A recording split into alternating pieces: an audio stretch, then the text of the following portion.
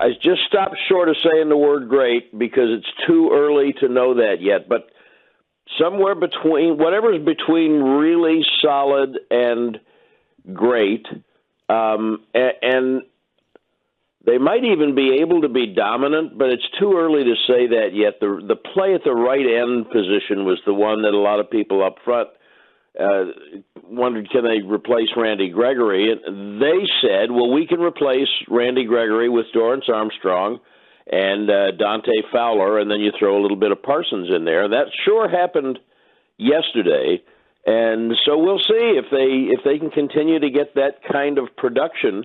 They're not going to get 2 sacks every week out of Armstrong, but he was a little better than people thought. And, the big difference in terms of the defensive personnel production from week 1 to 2 was the number of snaps that Fowler and Anthony Barr played. They didn't play very much against Tampa for whatever reason, and they did yesterday, and they were both really important in the game. Now, we've seen Diggs, I think, cover pretty well. And it's just 2 games, but we've seen him cover pretty well. And obviously, he tackled well yesterday. No cornerback's going to be perfect, but I like it better when Curse is in there. But in a few weeks, he will be. I mean, they can be a reason they win. How about that? Did it feel like that they wanted to unleash Micah as a pass rusher more yesterday, even specifically against his former teammate in Leo Collins? And what else can you say about his performance? Well, yeah, I don't know if they had it in mind to abuse Collins, because the left tackle also has had some, and that guy's a number 1 draft choice, but he's had some moments where he looked a little susceptible, and Micah had quite a bit of his production over there also. I just think, remember last year against the Chargers in week 2, now they didn't have Lawrence, so that's when we really first got a little heavier dose of Parsons as a pass rusher. So I would caution against saying that they wanted to unleash him as a pass rusher because he's proven that he can do that from just about anywhere. And if everyone's healthy up there, then I think that you'll see he'll still make plays all over the field. But him rushing the passer, hey, if he's getting home that often and affecting play that often, the key to it, I still think, is that he comes from everywhere. You don't know where he's going to be, and you don't know exactly what his assignment's going to be. And he's a special player. We haven't seen the very best of him yet. That might be a year down the road, but he's pretty good. Have you figured out where he may be best? Like, not where you prefer him to be, but like where he is the most effective when he does rush the passer, from which spot? Have you kind of gotten a handle on that? RJ, I think the great thing about that is that the answer is it depends on the other team. If they've got a weakness going in, if there's a weak spot anywhere along the line, but especially on the outside where it's a little harder to double down, like you can't double down inside every time, then you can start him there. And then when the other team makes adjustments and decides to put 2 people out there, then you can put another pass rusher there, put him where he might get one-on-one. That's the beauty of it. I don't think the answer is left end, whatever right. I don't think that's the answer. I think the answer is whatever today's matchups present to us as the way to use him. That's the best part about him, is his versatility. Brad Sham here on a Cowboys Victory Monday on 105.3 The Fan. What were you and Babe saying about that first half offensive performance from Cooper Rush? Well, he was solid, and I think that's what I expected. And people were making out like he was Humpty Dumpty, and we should know after the Minnesota game last year, which was just one game, very small sample size, but the guy's not going to trip over his own shoelaces out there. He knows how to play quarterback. He doesn't have some of the physical skills that most starting quarterbacks do. But I think the great asset to a backup quarterback is to just be the quarterback. Babe said that on the pregame show yesterday. They asked him about being a backup quarterback, and he said when the guy's playing, he's not the backup quarterback. He's the quarterback. There's only one guy playing that position that day, and it's him. And so that's, I think, how they treated it. And he shows efficiency. And the part of the thing was receivers working a little harder to get. I don't know if they were working harder, but they were having more success at getting open. And they came out and tried to attack by running the ball a little bit, but they weren't afraid. Sean, that's the most important thing. They didn't. You could tell that they did not believe that we're playing Cooper Rush today, and so we can't do this 35% of our playbook. They didn't feel that way. Yeah. They just came out and played, and he was able to compete and execute and keep them in their plan. What other performances jumped out to you yesterday? Well, Barr, because he got on the field so much. There's some little things. Brian Anger's really good, and punters don't get any attention. Yeah. But that punt that put Cincinnati back at the 8-yard line that set up the last position, because you had a shorter field when they punted because of the defense, because of Diggs's tackle, but it all starts with Anger's punt. And I talked to him afterwards. He said, yeah, I was looking forward to that one. That's one that I kind of live for. So those guys don't get much attention. I'm anxious to look at the tape, but I think Farniak is playing pretty well for a guy who just kind of got thrown in there. I'm interested to see that, and I really think Jake Ferguson played really well. I don't know what the status of Schultz's knee is. I guess we'll find out today. But there were some really key blocks on like that Pollard, what I thought at first was a run, turned out to be a pass that looked like a touchdown. Then they made him do it again from the one. That was a Ferguson block. On the outside, I am most interested to see them involve him in the offense a little bit more and see if that can help open things up some. Who was offsides on the 4th and 4 punt? Devin Harper. He just flinched, and I hate it for him because he is not only is he a bright young man, but he essentially at Oklahoma State, he was a special teams ace, even more than he was a linebacker. He made the team by being really good on special teams and by how well he played on defense and the opportunities that he got. He's really fast. He's got a great nose for the ball, and he's a smart kid. And I'll bet he doesn't do that. He may not do that twice more in his whole career. Very much unlike him. And so I hated it for him, but it was definitely 50 who flinched. Can you clarify for us, a lot was made of this Mike McCarthy headline, Kellen needs to be smarter, and Mike McCarthy really seems to like doing these pregame interviews with you when he's sitting there right before kickoff. Clarify for us this Kellen needs to be smarter headline. Well, he never said, first of all, during the week, he never said smarter. That was, what he said was, Kellen has had the luxury of being really aggressive for most of the time that he's been a coordinator, and now we are in a position where we may have to be a little more conservative. And I'll tell you, this is one little plus, Sean, for me, in my opinion, not just for me, that not being in COVID protocols so much helps with. Every other head coach wants to do a pregame thing during the week. Mike likes to do it just after the inactives are announced. And so it wasn't an option to do it face-to-face at home. We may not be able to do it on the road technically, but it wasn't an option to do it that way for the last 2 years. This year, we're back to pre-COVID protocols.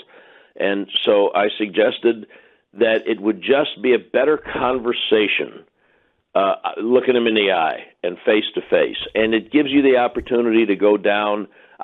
So I go down, not way early, but he comes in maybe 2 or 3, 5 minutes before we have a chance to chat. I can kind of take his temperature, see what mood he's in, and so if there's something, like I knew I wanted to try to ask him that yesterday, and that's a harder question to ask and get a good response to.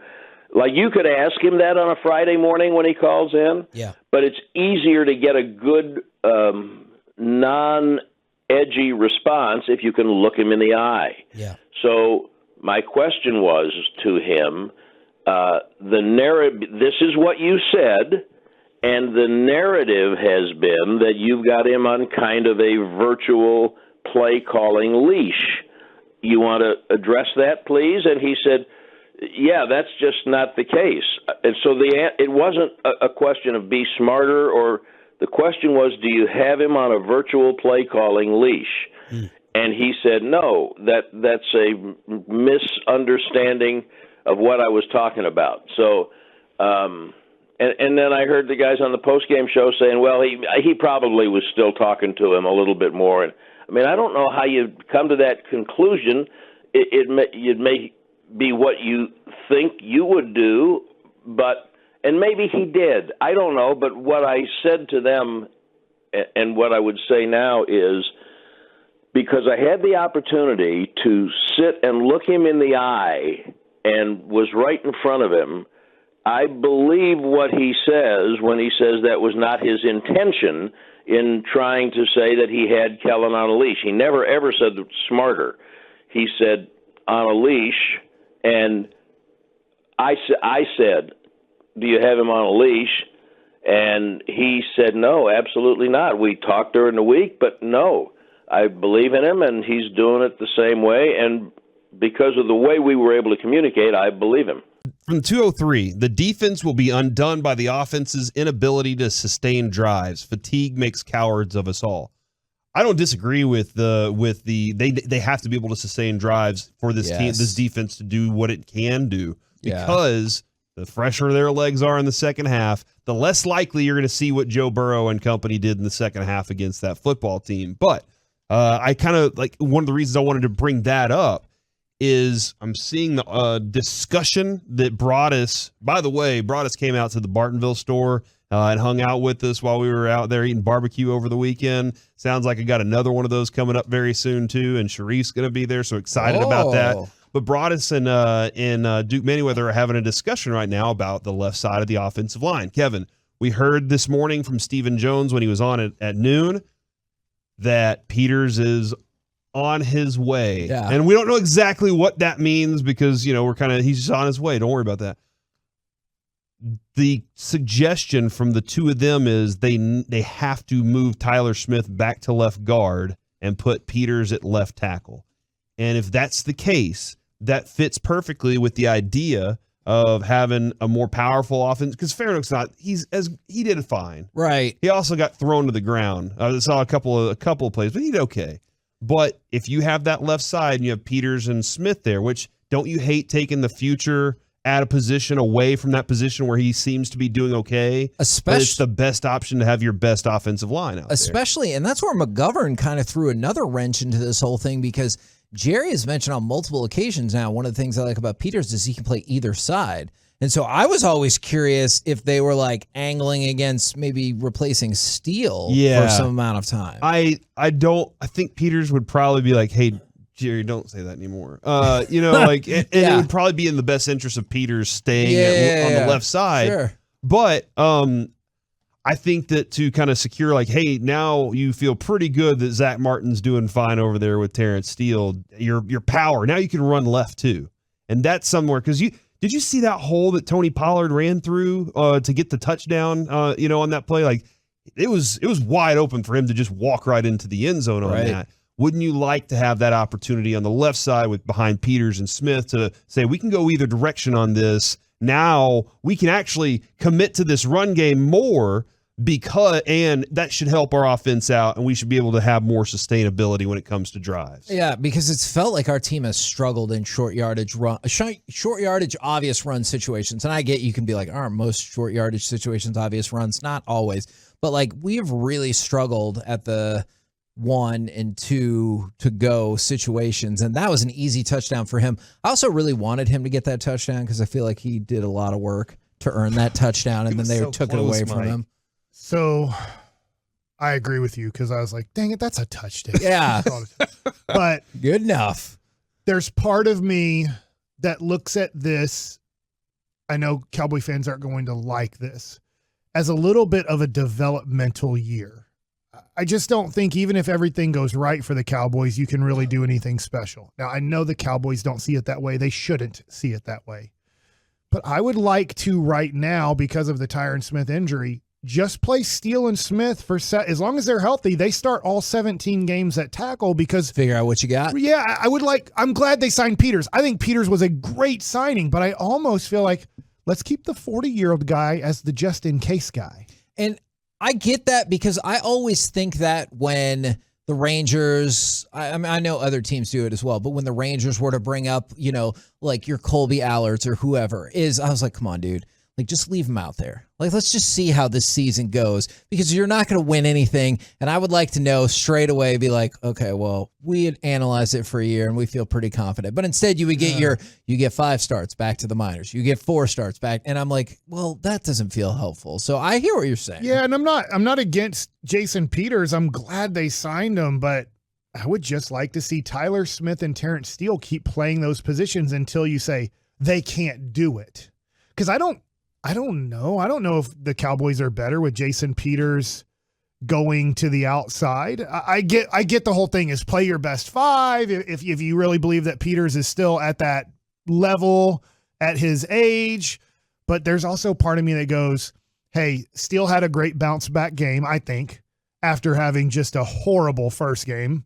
And I'm just like, hey, this is the guy you believed in. If you truly believe that he's a starting guy and he's going to be your starter at right tackle for the next, let's say, 7 or 8 years until his career starts coming to a close, then why bench him?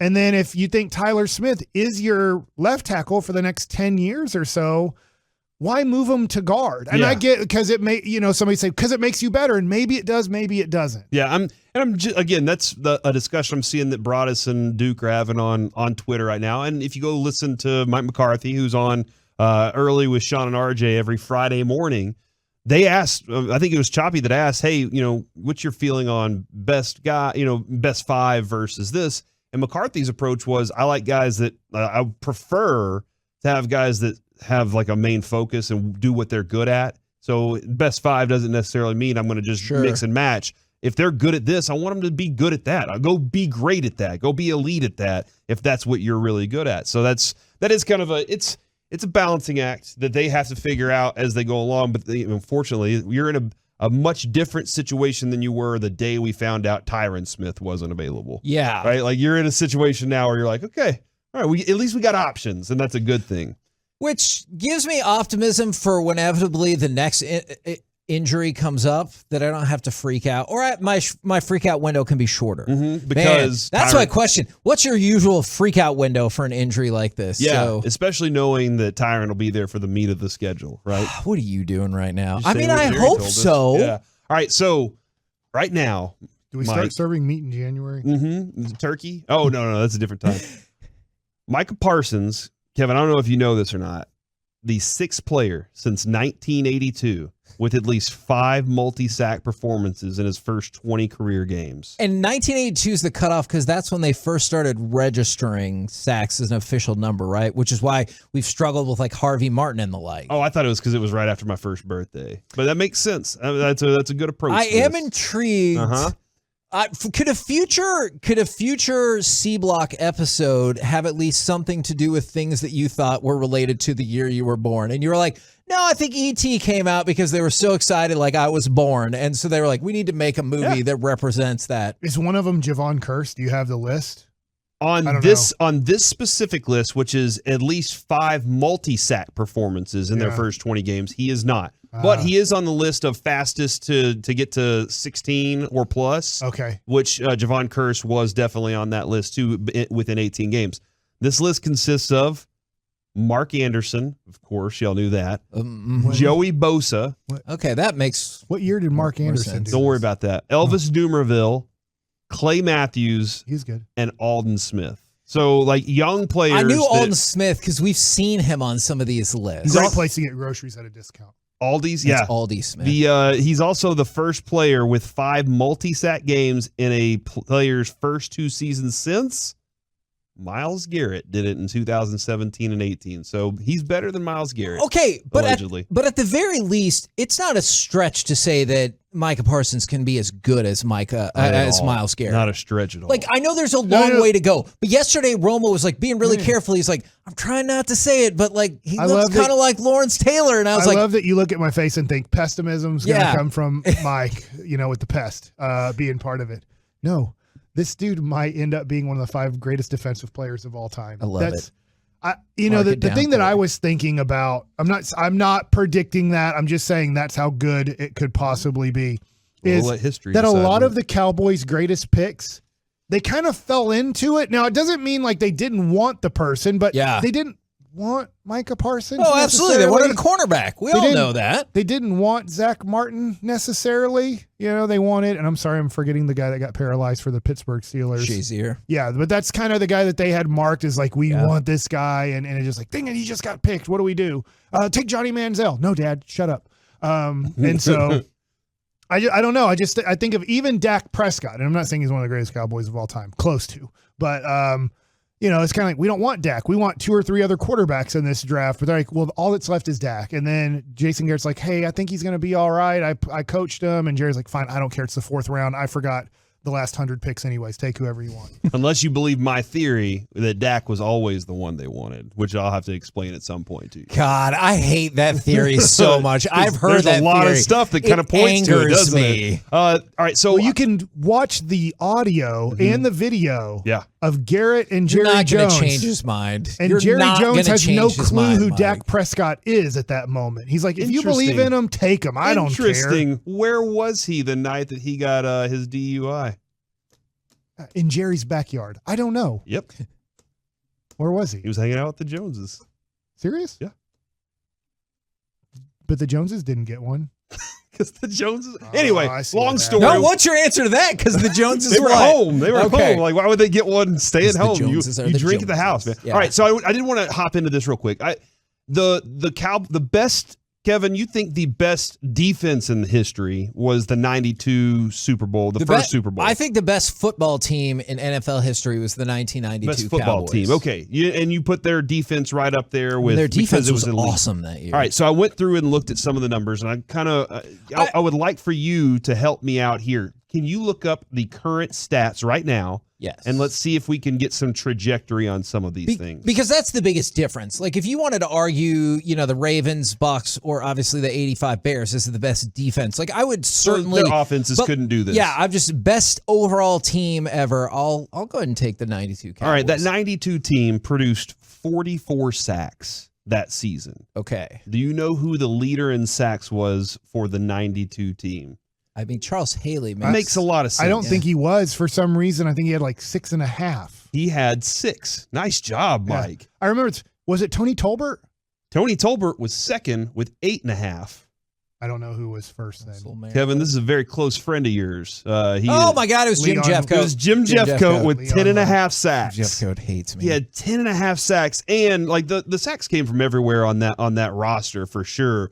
But man, that's impressive, Mike, that you knew those two. I just remember because Charles Haley, when he was up for the Hall of Fame, and you go look at stats, because I can't go watch the guy play right now. He's been retired for 5+ years. Yeah. I can go back and try to watch games or highlights, and that takes a long time to be like, hey, you know what I need to do? Let me go watch the last 100 games of Charles Haley to see if he was really a Hall of Famer.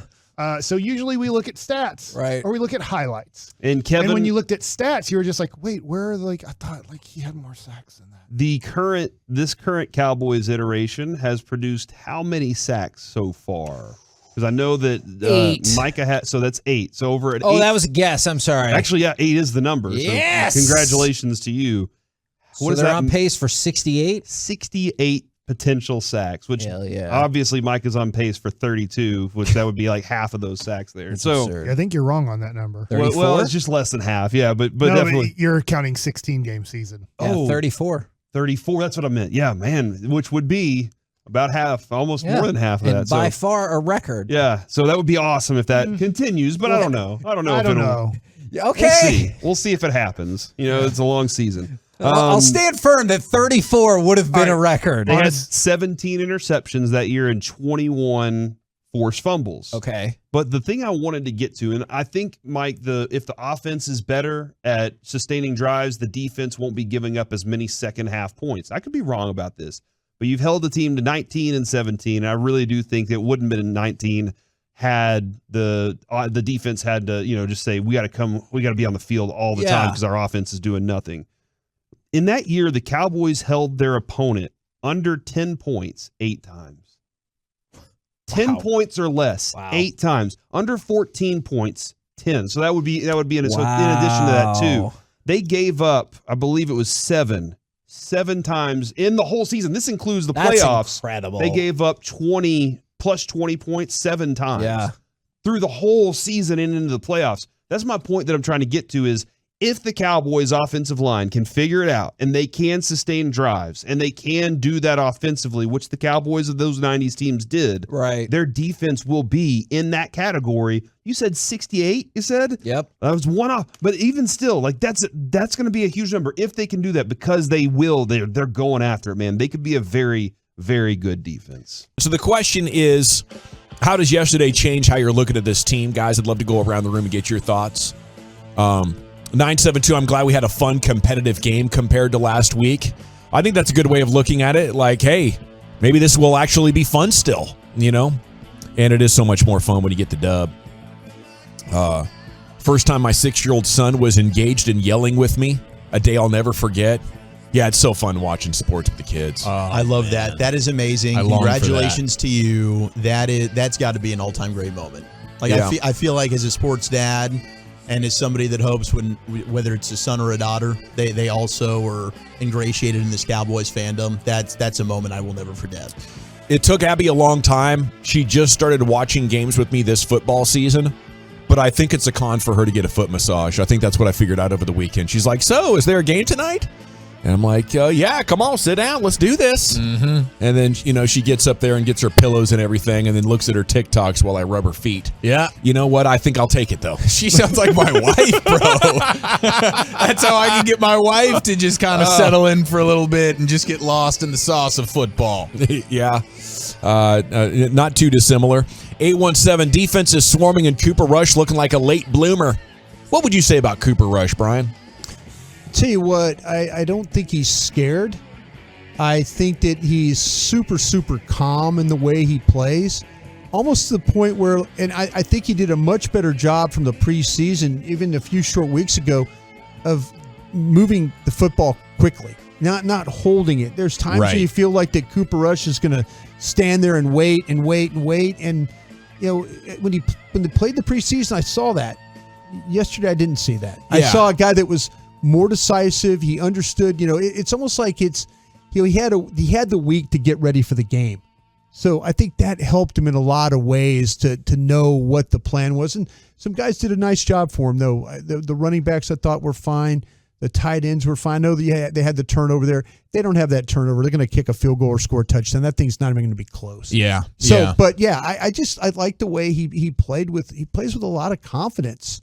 And, he's very, very calm in the way that he goes about his business. You said 2 words, and that's the 2 that I was thinking of in comparison with Dak, and where Cooper Rush is just better right now is just in his headspace of being confident and decisive and just trusting what he sees and trusting his guys to make a play and not holding the ball and double clutch, should I let it go? Like he's much more confident in what he sees right now, and him playing decisive was noticeable compared to last week's Dak, where there's no confidence in what you're seeing. You guys remember the play where he ran for 3 yards? Yep. They run the boot to the right, and he has a chance to throw the ball short, and he's like, I don't know, because Cooper's kind of looking. He was looking downfield. He was looking for a little bit bigger play, and he decided that I'm just going to run this for 3 yards. I even thought to myself, I don't know if Dak would have made that play. I think Dak would have tried to force the ball. I think so too. Yeah, but we saw it. That's what the interception was last week against the Buccaneers. Exactly. He forced the ball down the field into coverage, and Cooper's thinking,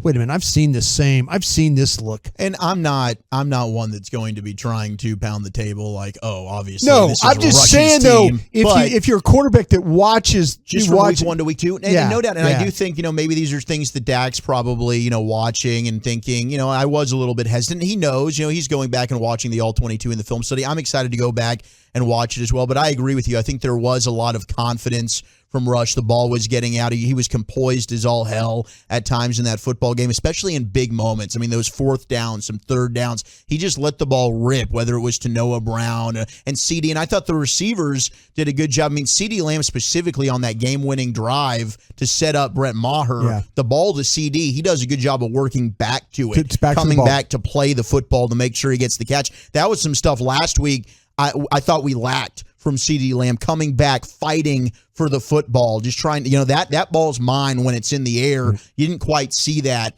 from 88 at times. So I think that the receivers did a good job stepping up. We talked about that. When you have a backup receiver, sometimes, other players, they take it upon themselves. Or a backup quarterback, we're going to step up in this situation, help that guy out. But, one thing that the thing that I think is going to be the common theme, and maybe Tampa Bay's feeling the same way today. This defense is going to carry this team the whole year. I don't think it matters who your quarterback is. Fans, if you want it to be, this is a high-octane offense like the Rams have or the Chiefs have. I just don't see that being that. Maybe later in the year it changes. But this is going to be play good defense and offensively just manage the game. Don't kill your team. But to me, it just doesn't seem like that's there right now where the offense is going to be carrying this thing. No, I think that is confirmed as well. Like, as far as what we learned yesterday about this team or how yesterday changes, I think it should give even more confidence after going up against Burrow and Brady in the first 2 weeks and holding them both under 20 and be sitting there at 1-1. I would have taken that at the start of the season for sure. Okay, Rush is more nervous at a press conference than he is in a game. That's a good takeaway, 682. One of the worst interviews we've ever done on Radio Row. 3 or 4 years ago, the Cowboys sent Cooper Rush down there to be the Cowboys' backup quarterback, and it was the most forgettable 7 minutes of interviewing I've ever done. Did they go through all 52 guys on the roster first, and they just had no choice? They're just going to run lifeless Cooper Rush out there? I mean, it'd be like if the Rangers trotted out Jonah Heim for some sort of Rangers tour. Sometimes I feel like the PR guy is like, okay, who's the worst person at interviews? Let's give him a boot camp over there at Radio Row. Yeah, that'll be a good idea. Maybe we'll ask Joe Trahan if that's how that went down. Like, how did you decide to send Cooper Rush to the Super Bowl to interview with everybody? I forget what that was. Maybe Atlanta, a couple, 2-3 years ago. But yeah, I mean, point taken. He is not nervous. Now, we have seen so much bad football from Cooper Rush. I'm not going to say like one pretty good game sets him up to be a potential starter in the league. It's just you're fairly happy that you have a fairly viable backup in a lot of situations, right? Yeah, the questions were about was it him or his backup? Who was more equipped to probably figure out does the offense struggle? With depending on who you play there at quarterback. But I tell you what, man, the guy is 2 for 2 in games. For a while there, it's like, oh, they're hanging their hat on a game they had in Minnesota. Well, it's beyond that now, guys. No, if you're sitting in that locker room and your coaching staff, you're thinking, this cat just beat Minnesota at Minnesota. He just beat the Cincinnati Bengals. He just went toe-to-toe with Joe Burrow. Now our defense played their ass off, but this cat went toe-to-toe with Joe Burrow and came out on top. So, there's a lot more to it now than just one game. If you were on your old job, and I think this was with the Cowboys, where you're throwing out trade chum, do you think anybody, if you said, look, he's 2-0, the last 3 games we've had as the Cowboys, he's put up the best game. If people have been saying, I've got to check this because I think that, they let him go and they put him on the practice squad. Yeah, nobody wanted him. Yeah, and that's what I'm saying. Was he a vested veteran? It might be a vested veteran situation where all of a sudden he was not going anywhere. That's what I need to find out. Yeah, I was wondering because everybody's like going, as well. Yeah, everyone's I think no Baskey one wanted him, right? I think Baskey was throwing out there, and they were throwing it out there, and I was like, going, man, for some reason I think he's a vested veteran. How much does the preseason matter? The 682. A lot of people want to bring that up. I brought it up earlier. He wasn't great in the preseason. Yeah, maybe he was knocking off rust. Yeah, it was. I mean, he got a ton of work though at practice and things like that. But it's so tough because it's like Justin Herbert's never played a preseason game. Right. Has he ever looked bad? Did he look bad to come out and start the season? So it's maybe certain players But then Dak Prescott last year didn't play in the preseason, and he had a red-hot start to the year, right? He's an MVP favorite until the calf injury. Him and Kyler Murray, they're 1-2. So it's a convenient thing to say now, but no one was saying it last year. So I think the preseason debate is a little bit BS. Yeah, I think though Dak's record on opening night is, not good. That's true. And maybe it's just because of the opponents being Tampa the last 2 weeks, and the Cowboys have never beat Tom Brady. Man, he was great last year against Tampa, though, right? He held you in that game. He played well enough to win. And then this past week, everything that I thought about Dak Prescott made me have to rethink things. Like, man, I'm thinking the guy's going to carry. He's going to do this. He's going to do that. And he went out there and he played like a guy that had never seen a football field before. All right, at 877-881-1053. I agree with you. It was pretty rough. Are the Cowboys actually okay at wide receiver, Chiafalo? Let me ask you that question. With how Noah Brown is elevated, I'm no longer calling him Mr. Oxnard. I've taken that tag off of him. Dang it, I loved that. I know. I did used too. it last night in a tweet. It was good, but and he is so I hate to say it, unimpressive compared to his peers athletically. I understand why the Cowboys wouldn't have wanted to try him in a regular season game or give him more opportunities, but he's showing that you don't have to be blazing fast or super, quick or anything or have terrific hands. He's just a good professional that knows his job, and through 2 weeks, he's been more productive than Amari Cooper. Yeah, I mean, I feel much more confident about it now, seeing, Noah Brown is clearly able to make plays in a game, and it's not just the training camp practice stuff, and then you have the Michael Gallup situation coming back.